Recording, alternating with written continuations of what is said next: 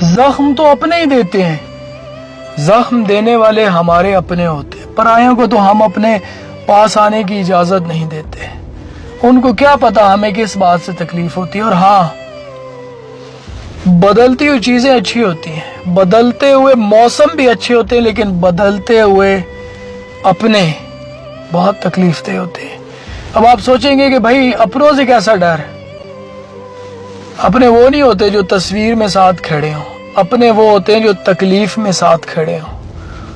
کوئی غیر انسان آپ کا دل دکھائے، تکلیف دے، دھوکہ دے، آپ کو فرق نہیں پڑے گا، لیکن جب کوئی اپنا دھوکہ دے گا تو آپ اندر تک ٹوٹ جائیں گے، بکھر جائیں گے۔ اور تاریخ گواہ ہے، اکثر دل توڑنا ہو، گھر توڑنا ہو یا فیملی کو بکھیرنا ہو، کوئی اپنا ہی ہوتا ہے۔ اپنوں کو دی ہوئی تکلیفیں، ان کا دیا ہوا غم وہ آسانی سے بھرتا نہیں ہے۔ اور ہاں، بھروسہ کیجئے، لیکن آنکھ بند کر کے بھروسہ مت کیجئے۔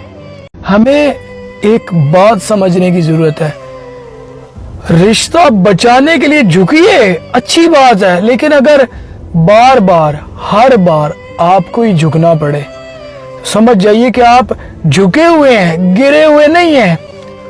سمجھ جائیے کہ آپ غلط دروازے پہ دستک دے رہے ہیں۔ کیوں بار بار ہرٹ ہوتے ہو؟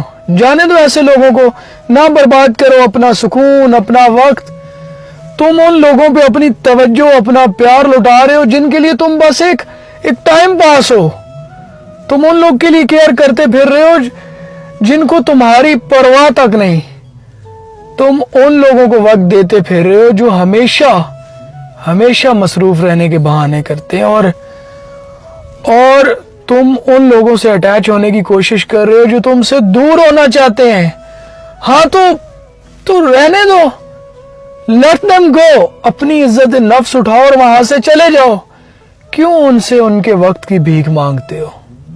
ذمہ دار مرد سے زیادہ خوبصورت مرد میں نے اپنی زندگی میں نہیں دیکھا۔ اگر آپ کے گھر والوں کو آپ کی منتیں کرنی پڑ رہی ہیں کہ کچھ کما لو، کچھ کر لو، کچھ سنبھال لو، کچھ ذمہ داری اٹھا لو، تو اب آپ ایک بات تو سمجھ لو کہ ٹائم تو نکل چکا ہے۔ ابھی بھی اگر ذمہ داریاں نہ اٹھائیں تو پھر یاد رکھنا، یہ وقت بہت ظالم ہے۔ وقت کا تھپڑ انسان کو کہیں کا نہیں چھوڑتا۔ کہتے ہیں کسی کو پہچاننا ہو نا، اس کو بولنے دو، اس کے الفاظ، اس کا رویہ آپ کو بتائے گا کہ وہ کیسا انسان ہے۔ اور زندگی میں ہمیں رویوں کو سمجھنے کی ضرورت ہے، یہ بہت ضروری ہے۔ ہم کسی کی باتوں کو سمجھے بنا، کسی کے رویے کو جانے بنا جلدی میں رشتے بناتے ہیں، اور پھر آگے جا کے جب ان کی اصلیت سامنے آتی ہے تو ہم اپنا سر پکڑ کے بیٹھ جاتے ہیں کہ اب کیا کریں، اب تو بچے پیدا ہو گئے اور اب نہ تو واپسی کا راستہ ہے اور نہ آگے بڑھنے کی ہمت۔ حاصل کرنے سے زیادہ زندگی میں چھوڑ دینا امپورٹنٹ ہوتا ہے۔ یعنی کامیابی کے لیے یہ نہ دیکھو کہ اس نے کیا کیا کیا ہے، یہ دیکھو کہ اس نے کیا کیا چھوڑا ہے۔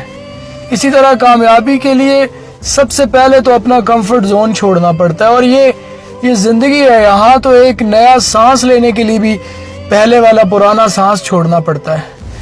کسی مقام پر پہنچنے کے لیے کسی مقام کو چھوڑنا پڑتا ہے، اور زندگی میں آگے بڑھنے کے لیے کب، کیوں اور کیا کیا چھوڑنا ضروری ہے۔ جب یہ سمجھ میں آ گیا تو سمجھ جاؤ کہ زندگی سمجھ میں آ گئی۔